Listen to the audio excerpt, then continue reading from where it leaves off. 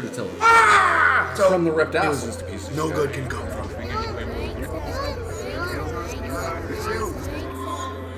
No one likes us. Well, hola. Buenos dias. Can y'all say buenos dias? Buenos dias. You know the fucking cowboy in the Pinche background? cabrón. He's my fucking favorite. Because he looks like a Mexican dude. He looks like a caballero. And he's like, buenos dias. Like he means He's that. into She's it. like, he's like, try, like, look at me doing it. Yeah. He's like, this is the fourth time I've been on this tour today. Call on me next. Oh, fucking, but for real, how the hell are you, Terry? I'm doing good, man. I'm alive, and yeah, I'm alive. So that's about it. I went to Los Angeles. That's it. Just, I'm breathing. Yeah, I'm breathing. Still above ground, sucking wind. The things are happening. Walking around. Viva la revolution. That's kind of going down at my work right now, so that's word? been interesting. Yeah. Ooh. Would you care to elaborate? Well, it seems like everyone's fucking jumping deck, and the thing is that All the Mexican gentlemen are leaving because of unfair pay or something? yeah, kind of. Okay. And Good for them. yeah, good for them, 100%, Fuck yeah, 100%. But I'm kind of more the cat in the situation. Everybody else jumping ship, and And you're like, there's water over there, dude. there's water over there. So I'm just gonna sit on this sinking ship until it completely sinks, and then I'm going to jump onto another piece of furniture that is floating without even getting my paws wet. Yeah. Just Yeah. with your claws out, holding on to the top of that motherfucker. Fuck yeah, take that right near the beach, man. Right near the beach. I went to Pasadena. I went to Pasadena, saw the Halloween house, the Laurie Schraub house, and the other Halloween house as well. Yeah, for sure. They had like this Halloween spooky season fucking like swap meet type of thing there, which was cool. Yeah, so I think I saw some stuff on Martina's Instagram, right? Yeah, so I met some people Which there. is really cool. Everyone should follow her. Is she still doing like fun?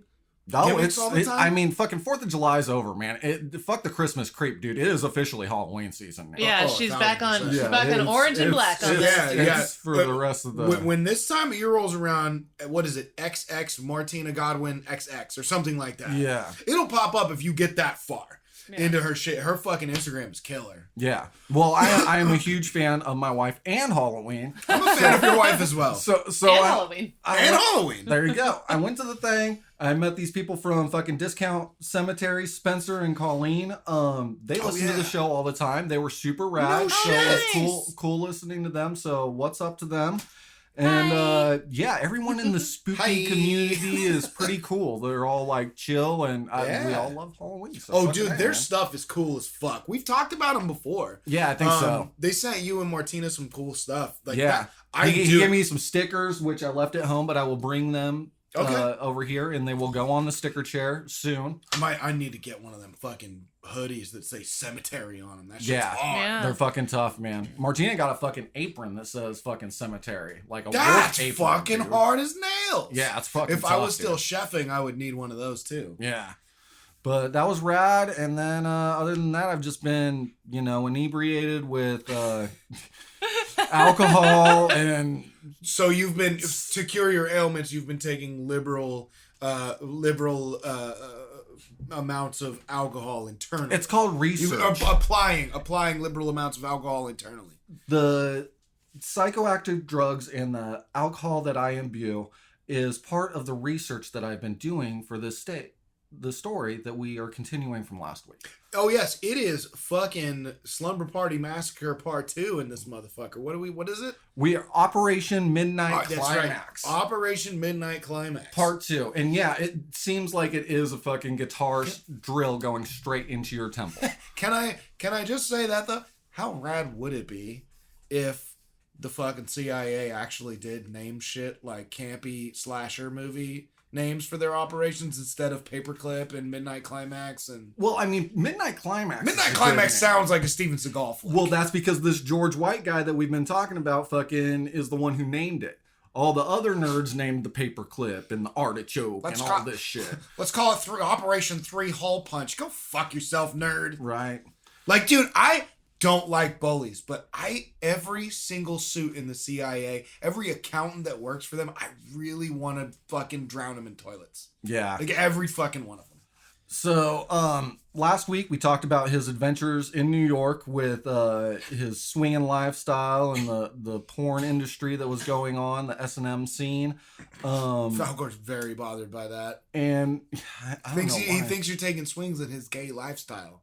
Because he likes to get down with the leather boys and the cocaine and the designer drugs from time to time. Hey, it's okay, man. You live your life.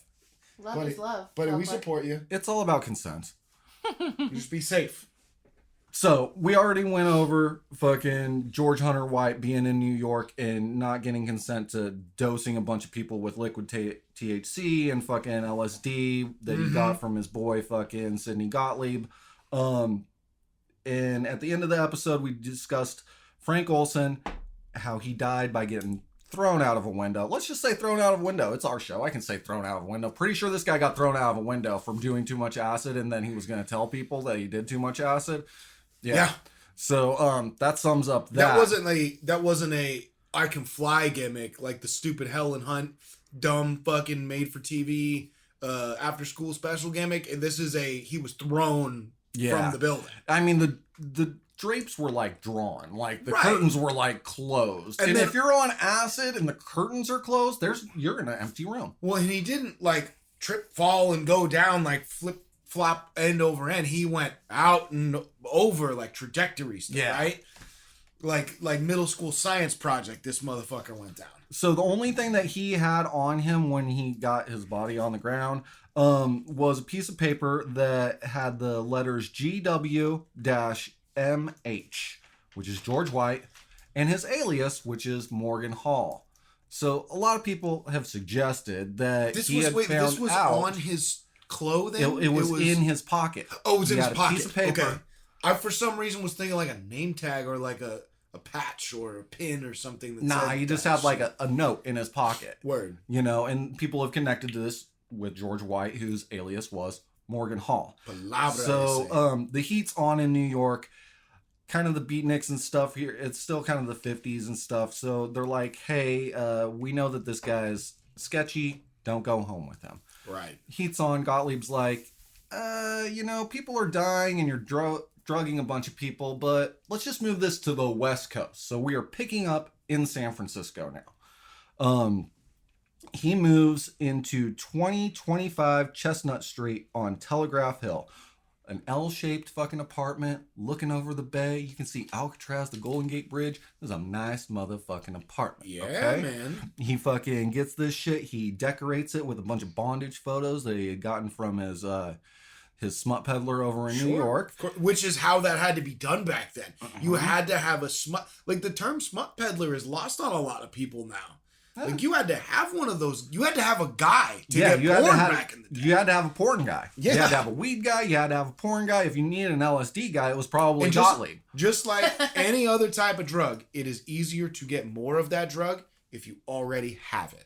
Same as fucking porn. If you already have cocaine or weed, it's easy to find more plugs for those things. Right. If you got porn, you can find more porn, man. Yeah. So he's got these fancy French Sex workers? sex workers. That's the word I was Mm, looking right. for. All over the apartment. I want to say. He's got a two-way mirror installed just like before, so he can course he can does. look into them.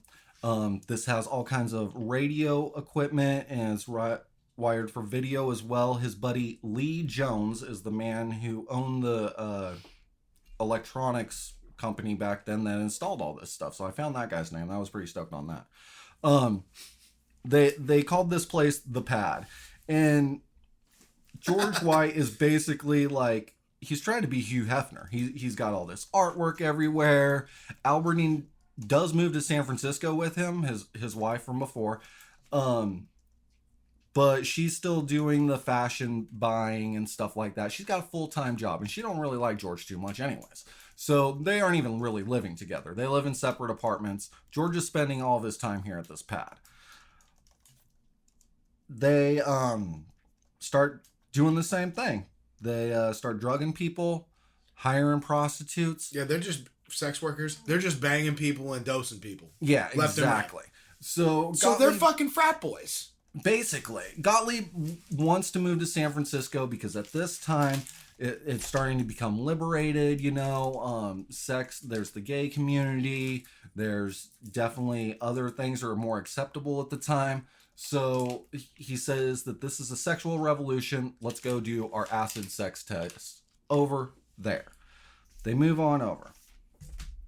But George doesn't have a pimp in this area. He needs a fucking pimp. So he finds this guy, and his name's Ira Ike Feldman. But he needs an alias. Ike. I love that. Ike Feldman is a good name. Mm-hmm. But he needs an alias to be a pimp, right? He's got these flashy clothes, these flashy cars and stuff. He's driving around fucking San Francisco picking up hookers.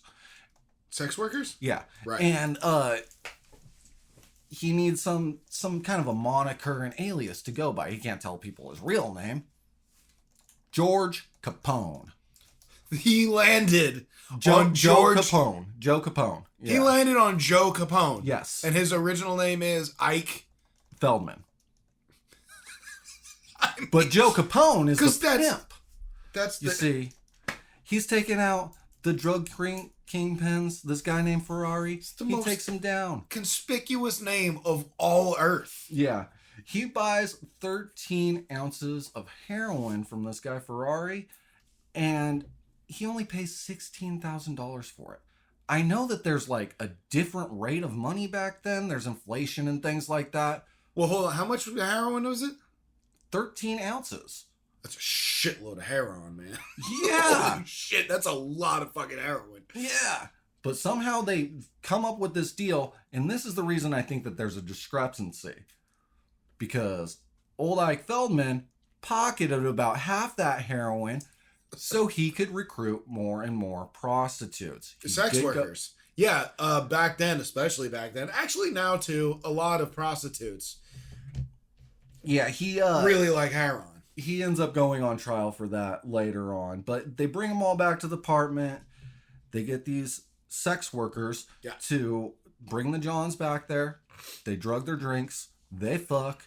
And Hunter... and then they keep them on the payroll. Yeah, and George Hunter White is just sitting on the other side of this mirror. He has a portable toilet put in. So while he's drinking his pitchers of martini, he can sit there and piss and not miss any of the action that's going on while he's recording it. That is gross. Dedication to utter filth. Dude, yeah. I'm telling you right now, like, honestly, voyeurism, I don't like it. It's weird to me.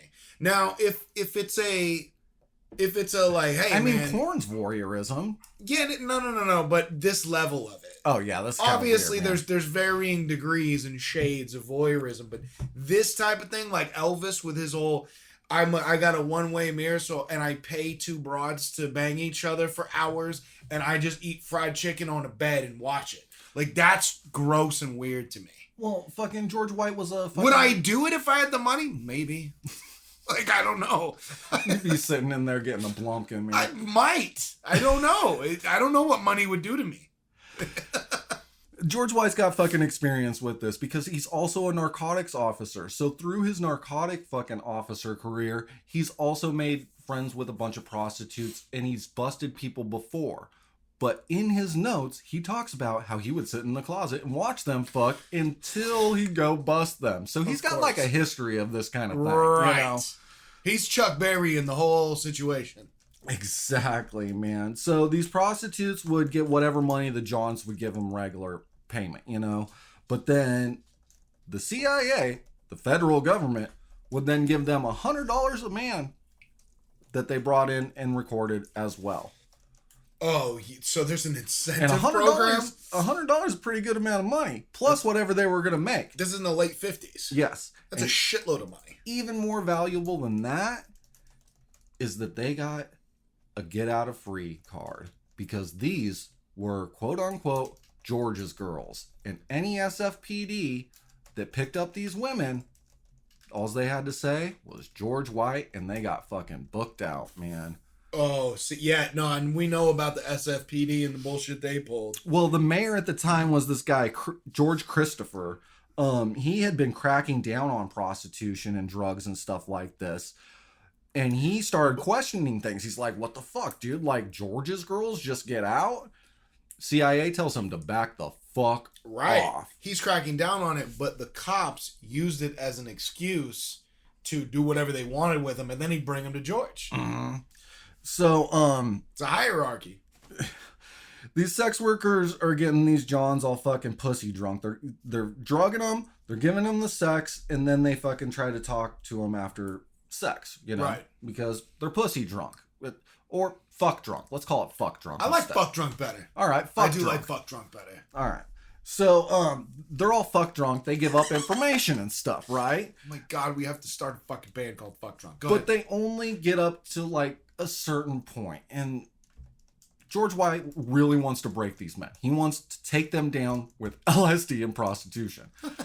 So they realize that if you stroke a man's ego and the prostitute kind of just chills with him for a while and is like, hey, I have a lot of other sex work to do, but you seem like a really good guy, Ryan. A lot of other sex work to do. And I think I'm gonna call in sick for the rest of the night and just hang out with you. Oh, dude. Don't you feel special? You know how many motherfuckers in the world think strippers like them? Like, it's not hard to do, man. It's the fuck You drunk can get phenomenon. motherfuckers fuck drunk without fucking them. Yeah. It's fucking great. So, this really fucking turns into like the main focus, because once these guys are fuck drunk and on acid and the sex workers call in sick for the rest of the night and just want to spend time with them and stroke the man's ego, this fucking Among other intimacy things. that they think that they're getting. Wieners I was talking about. Yeah, I got that, man. Thank you for the wiener clarification. Okay, I mean, there's tens of people listening to us. We don't. Somebody might have missed something. That's when they give up everything. So they start calling in fucking psychiatrists. A very famous one is this John Gittinger. Yes. Oh, Gittinger, eh? Yeah, so he's a famous psychiatrist that worked for the CIA and has testified in many different trials involving the Supreme Court, for instance. Okay. He totally went over there and watched all these people fuck too. Like all kinds. He took a bunch of notes and everything, you know. Took notes like on the banging, like it was a penthouse letter? Oh, like yeah. that type of shit? There was like penthouse Holy letter shit. after penthouse letter. And George White is keeping a diary this entire time. So we know a lot of this. So stuff is he's true. writing copious notes, penthouse letter gimmicks too. Oh, yeah. Fucking hell. Which is difficult to do with your left hand if you're right-handed. Well, because of the wieners. Yeah. So this works for a while. They make a really big bust. When they bust Ferrari, this crime boss, the news is published in the fucking paper. And when they publish the news in the paper, they give up the 225 Chestnut Street on Telegraph Hill apartment. They print it in the paper. John Dwight's like, fuck, I need another apartment. So they move to 261 Grain Street in Mill Valley. Okay. This is a little harder for them to get people to come to their place. Kind of reminded of Anton LaVey a little bit. It's harder for it's a little bit more out of town, so it's harder for them to get Johns and stuff like that. It's not like in a red light district. You gotta want to go. You gotta want to go out there. Exactly. So the CIA decides that they need to get involved with some magic. All right, and they hire a magician, John Mulholland. And Mulholland? Yeah, Mulholland. A fucking Irishman. Yeah, he was a fucking pretty famous magician at the time. He started, he was born in 1890 or something. By the time he was 20, he was a student of Houdini. So he's like a big guy magician at this time. And this is called MK Ultra Subcontract Part 4. And he really wants to just teach people. George White needs to. Holy shit, there's a fucking huge spider behind you, dude. Where? What do you want about? I don't know, man. Anyways, it's mainly sleight of hand stuff that he wants to be able to drop drugs into people's drinks and stuff like that. So. Like what? Like that right there. And. I see what he's done. I see what he's done. That was clever. Terry just roofied Ryan for the My listening audience at empty home. whiskey glass now has an Altoid in it, very conspicuously. That's not an Altoid. It's You'll find out later what foam. it is.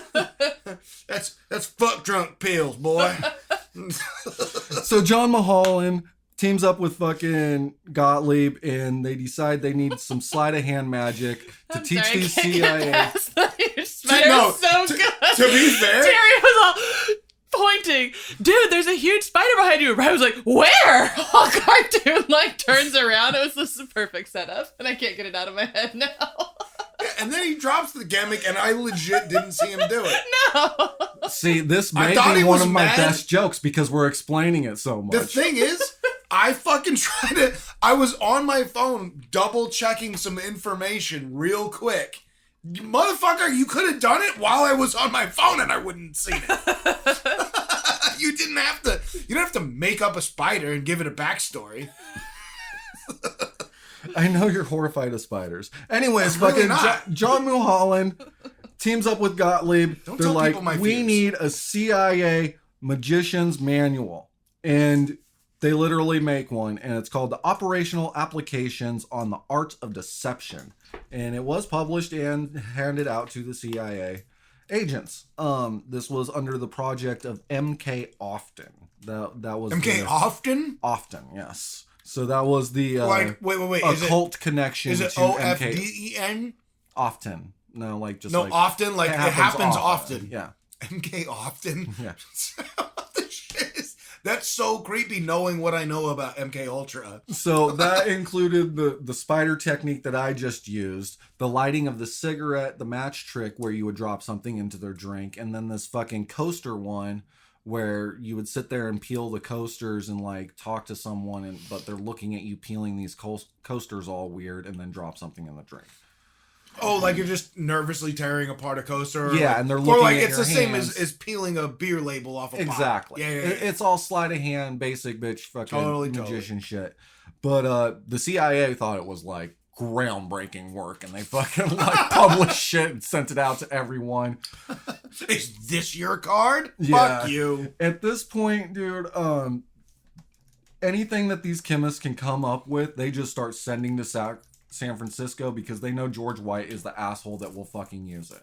So they have this Viagra type of drug, but back then they called it the Sextender, like extender, but like sextender. Yeah, I think I saw an ad for that in like 2003, late, like 2 o'clock in the morning. I mean, there you go, man.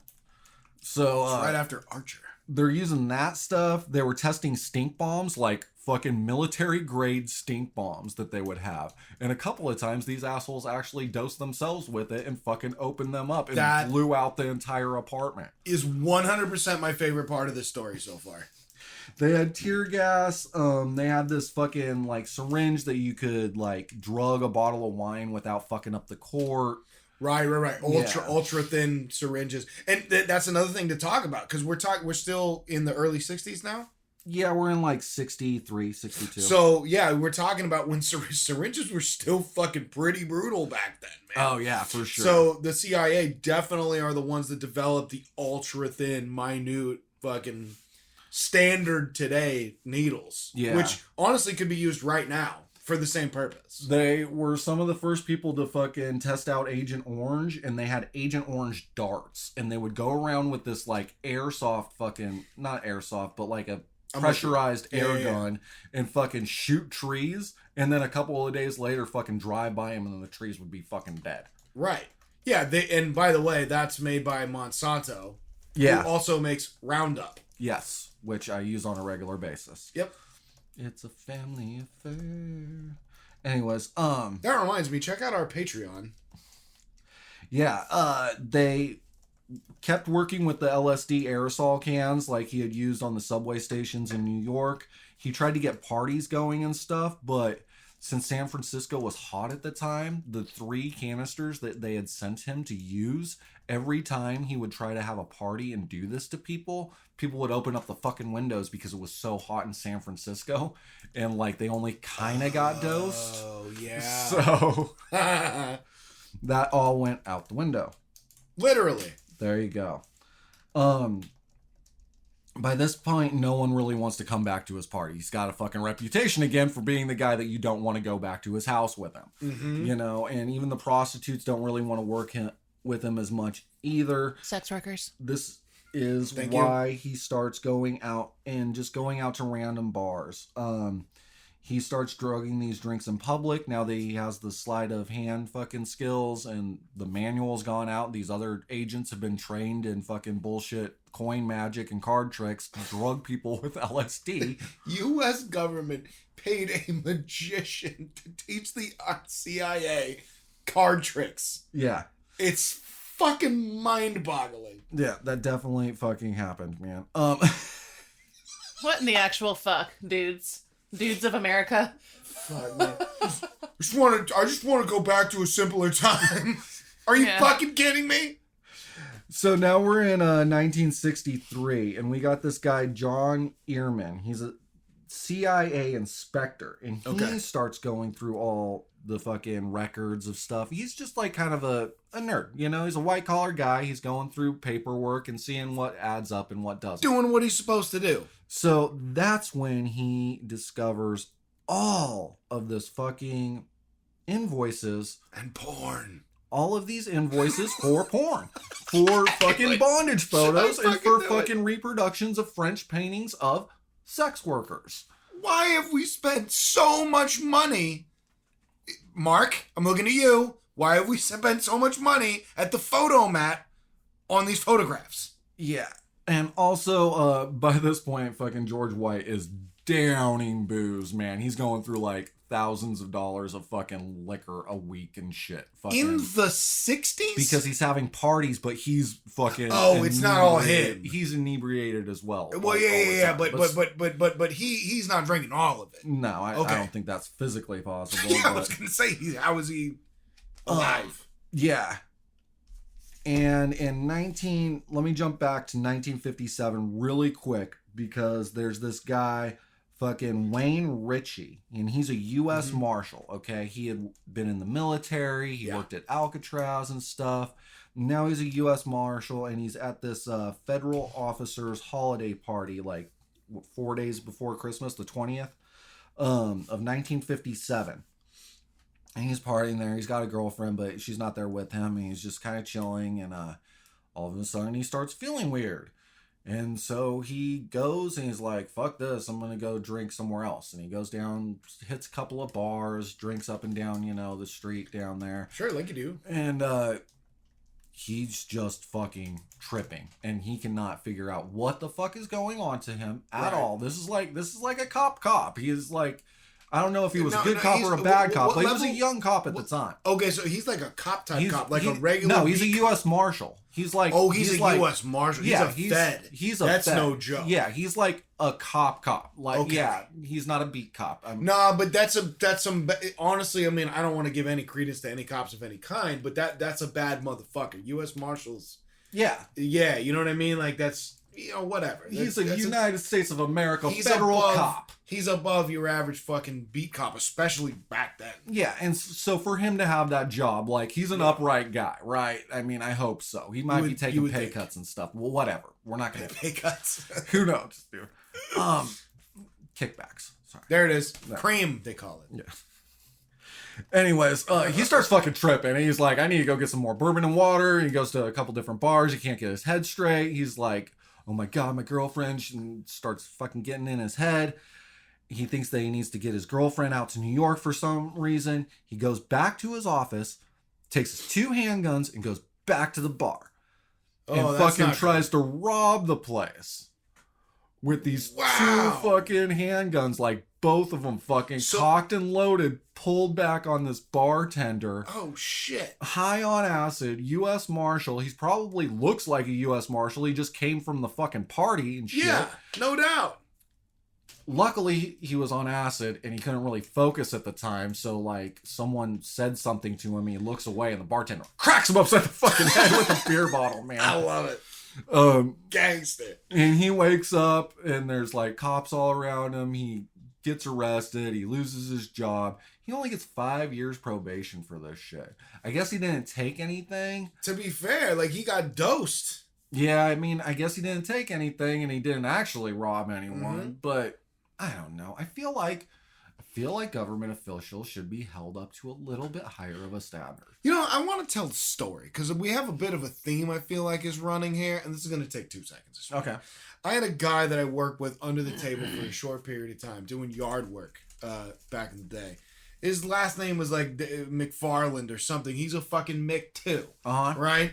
And this motherfucker was always going on about how the world's shit because no one listens to Jesus. And then he would tell me in truck rides on the road. I hate this motherfucker, by the way. I hope he hears this. I hope he fucking die in a fight. His name is Dave. Fuck you, Dave. Fuck you, Dave. This motherfucker, among other things, would tell me about how his wife didn't bang him. And like, I'm like, why are you telling me this, man? This is out of line. This is disrespectful to your wife. This is not cool for you to be doing. I don't know you like this. Yeah. And this is a fucking like 50, 60-year-old guy. And then he would talk about how funny it was when they used to dose people when they were working doing roofing. Like they'd be having a beer in the middle of the day doing roofing in the 70s and dose people. I'm like, you're a That's fucking really fucked asshole, up, dude. People can fucking die doing that shit. What's wrong with you? Yeah. You know what I mean? And don't get me wrong. Like, honestly, I think dosing is fucked up. I really do. I always have. It happened to me once, but I did it to myself. So I'll tell that story another time. But I'm just saying, fuck this day. Maybe that's not the right name. I do know a guy named Dave McFarland who's a good guy, but this fucking guy's definitely named Dave, and he's got a Mick last name, and I fucking hope he dies in a fire. And he used to fucking dose people, thinking it was fucking cute. I'm like, that's not cool. It's really fucked up to do that. Never trust an Irishman named Never Dave. trust an Irishman at all. All right. So, yeah, he only gets a $500 fine and only gets 5 years probation. But he never figures out what the fuck happened to him. Right. He has no idea. He's like, I never wanted to rob a place before. I never wanted to afterwards. I have no idea until all this stuff comes out in the fucking 70s. Mm-hmm. Because fucking George White in 1965, after the pressure is on by John Ehrman, the CIA inspector, he just goes in one day and he retires. Not because he got caught. Not because he felt bad about anything. Mm-hmm. Because they questioned how much money he was spending on booze. That's why he quit? He got pissed because he got in trouble about the amount of alcohol he was buying in the invoices he was trying to write off for the fucking CIA, dude. What a fucking jerk job. Yeah, all right. dude. So, yeah, so he just quits and he just retires. He had been working for fucking 32 years. And it just kind of dies down. And then after Watergate, Gottlieb is like, holy shit, there's actually some repercussions of things that might go on. People are paying attention. Shit.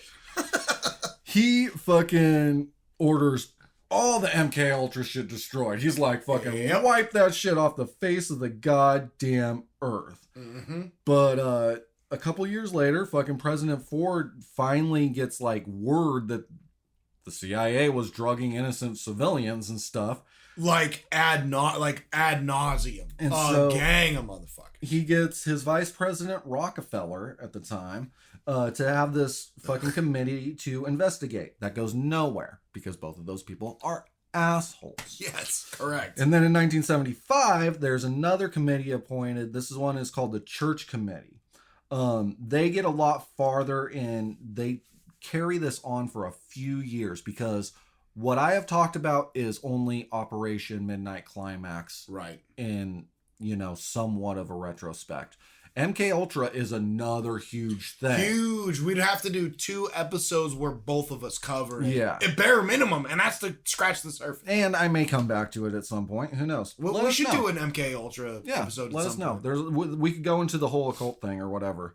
Totally. But Gottlieb testifies to a committee that is headed up by Ted Kennedy, who is also an asshole. Fuck Ted Kennedy. Fuck the entire Kennedy family. I don't give a fuck what anyone says about any of those motherfuckers. Yeah. They are not heroes. They're all degenerates. Fuck John. Fuck his son. Fuck all of them, dude. Well, this is the thing, is that, yes, they all suck. But Ted Kennedy, like, fucking grills Gottlieb because he wants to get his own fucking political games. He wants to throw... Were you at the...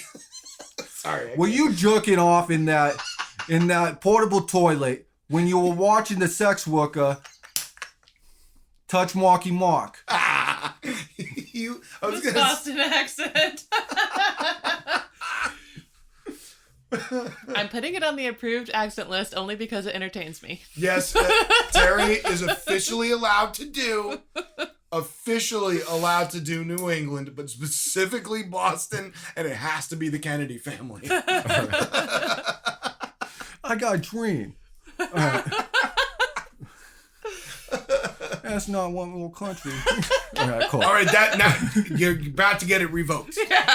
All right, cool. You're too close to the beach. But Ted Kennedy in this fucking instance is grilling Gottlieb, and Gottlieb just says, I think that I'm kind of the victim here because you're putting my name out to the press, and this journalist, John Marks, found 20,000 documents on MK Ultra, and he got those released through the Freedom of Information Act. So even though Gottlieb tried to destroy everything, there's still 20,000 legitimate CIA documents that have these people's fucking names in them. There is so much that's missing. They destroyed so fucking much, man. Yeah, dude. So George White at this point fucking just retires, dude. And he takes Alberdine and they retire to Stinson Beach, which is like 30 miles above San Francisco, the north part of San Francisco. Yeah. Yeah, that sounds right. So, I don't know 100%, but that sounds right, yeah. Yeah, whatever. It's not far from North San Francisco. It's right near the beach. It's right near the beach, man. And people right near the beach like to smoke that green. That's right near the beach. There you go. So, George becomes a fucking fire marshal because he can't really do the private investigator thing anymore because he's got health problems. Fire marshal. Interesting. Yeah, he's got health problems from the cirrhosis of the liver. He drank a lot. He was drinking quite a bit. Yeah, he drank a lot. So he can't be a private investigator, but he can be the fire marshal. Didn't do something in the community, right? So, but... something where the government's paying the tab. He actually opens up a youth center in Stinson Beach, which seems like it'd be a really good thing. I'm waiting for the other shoe to drop as soon as you said it.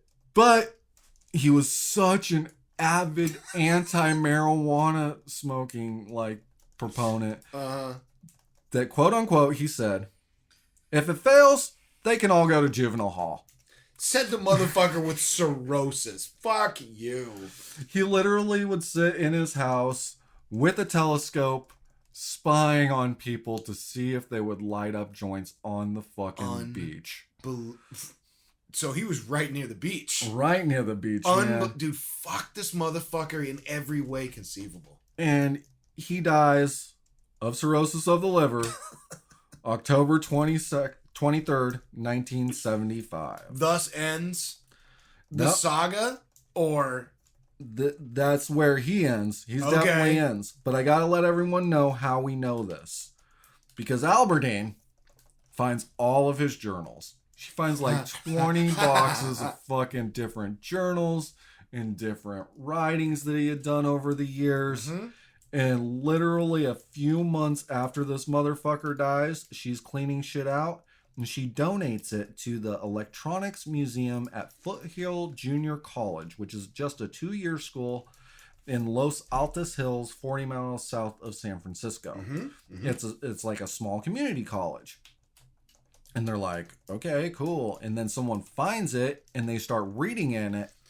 And they're like, oh, holy shit, this is intense. Now it's at Stanford, because that's a much more appropriate school for it to be at, not the electronics school. Anyone that goes to the Electronics Museum of Foothill Junior College, way to go. Get that fucking degree. Right.